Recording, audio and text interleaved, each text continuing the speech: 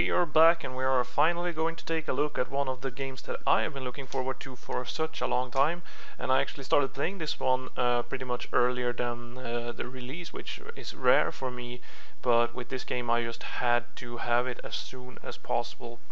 And I got really excited about the game because to think that at 2013 we'd see a complete empty character that was a figure for the first PlayStation in Tomb Raider, that is, coming out again in a remake, creating her a lot more complex than what happened at that time, and making her in a new way, taking in a lot of new technologies and ways to think about game development.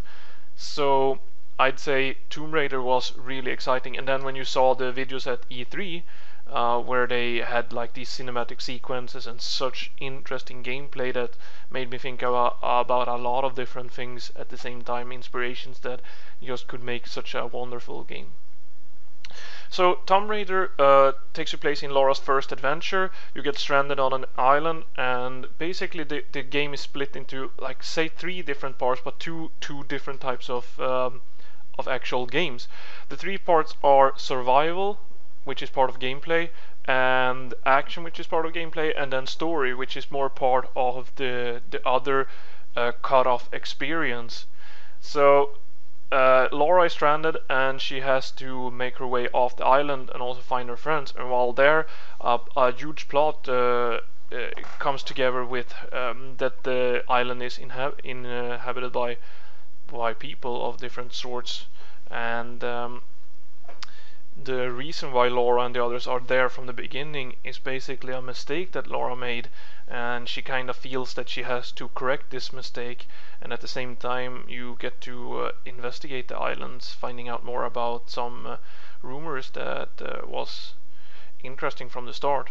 So you have this supernatural tomb raiding thingy going on behind the shades, and you have the actual more like characteristic person-to-person kind of story development going on in the story-driven parts, and I think that's really strong for this game. To enhance the way the story is told, you have these cinematic cutscenes that just gives you this interesting feel to it, and they're really made beautifully by the same kind of technology you see in the most high-quality games like Blizzard, and also, of course, the masters themselves, Square. And this is what pulled me into the game from the start with E3, and it does the same here. It really sets the tone of the game by just being able to see the expressions, see how well everything develops in these videos and cutscenes. And the story is actually really interesting. I feel like I want to investigate, I feel like I want to develop and see, and the plot just widens a lot. And there comes one of the first mistakes that the developers made, because the plot and the gameplay does not have this same amount of time on it, and doesn't really suit each other that well either, but that comes to another thing later. But the problem is that I would have wanted them to narrow the story or widen it up and put more of the explanations in the follow-up. So let's just say that the ending is not as great as I would have hoped to, without spoiling anything. It's still interesting to play through, and I still recommend doing that because it doesn't ruin the game experience in any way.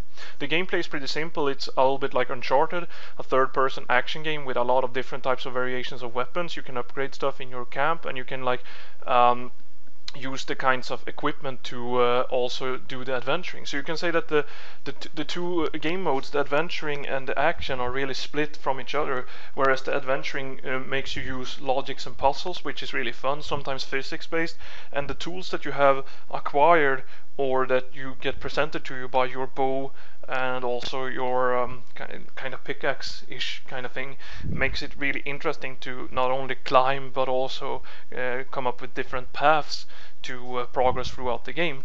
And the action parts are fluent and really interesting. It feels like this B action movie, which is not seen as a bad thing for me. Like you really have a good feeling. The weapons feel good, they aim well, and most of the weapons have this sound that goes back to you, so you get the good type of feedback that you really want to have in these types of games.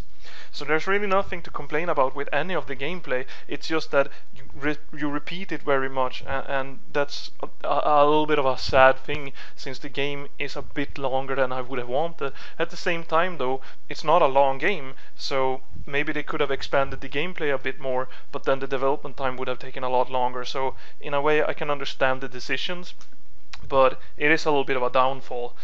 Seeing how this is how it is though, I must say that it never really gets old during the time you play it, even though it's a bit repetitious, because you get like these sequences with like 40 minutes of action, 40 minutes of adventuring, a little bit of cutscenes in between, so you mix around a lot with these different types of things that you do, which gets you going all the time, and you never really like, oh no, I've been killing a lot, so then you actually get some adventure, which makes a good balance, and I really compliment them on making this as a good decision.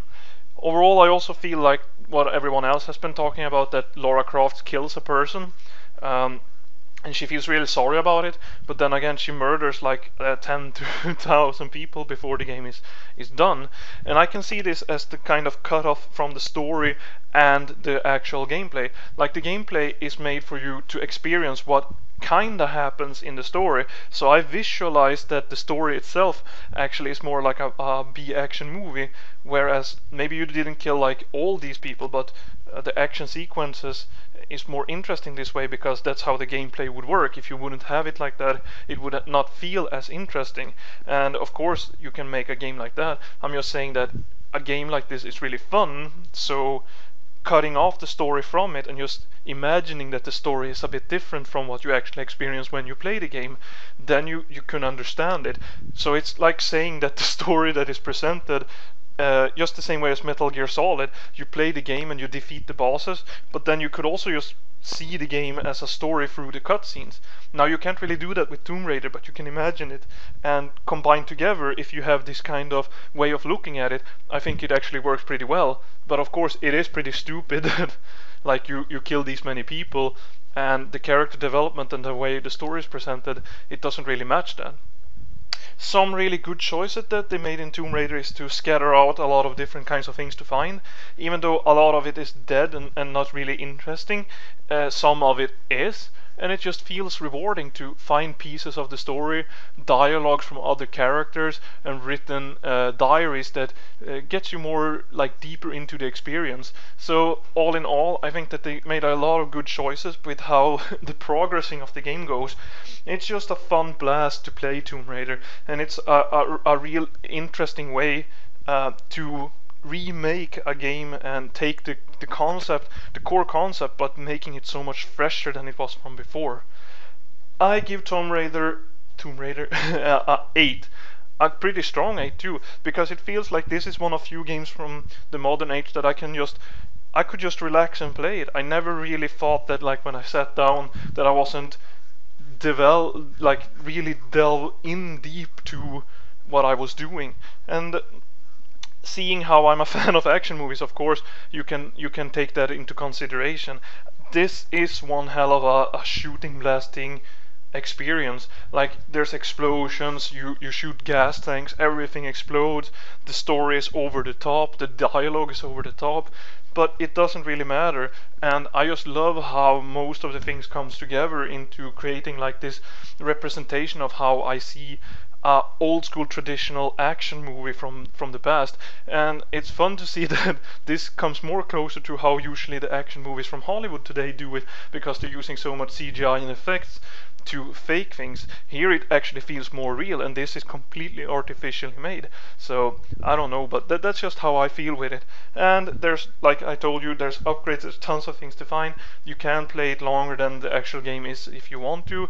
The only most sad part of it is I expected a lot more of the ending, and I think I saw the game as mostly just entertainment and a bit of a different take on Tomb Raider and a remake, And I still think that what they presented showed you something which is a part of the game, like the E3 videos is a part of the game, but it's not really that what you got. You got something completely different from what you saw, but these parts are also in there. So if you expected only these dramatic scenes and full-time like logics and puzzling and Tomb Raiding, you're gonna get disappointed because there's a ton of action in Tomb Raider. But if you feel that that is your kind of thing, together with the other thing, and and just like everything comes together and you're interested in this way of making a game, if you're inspired by games like Metal Gear Solid but also Uncharted and these types of games, I recommend Tomb Raider. So until next time, Undertaker out.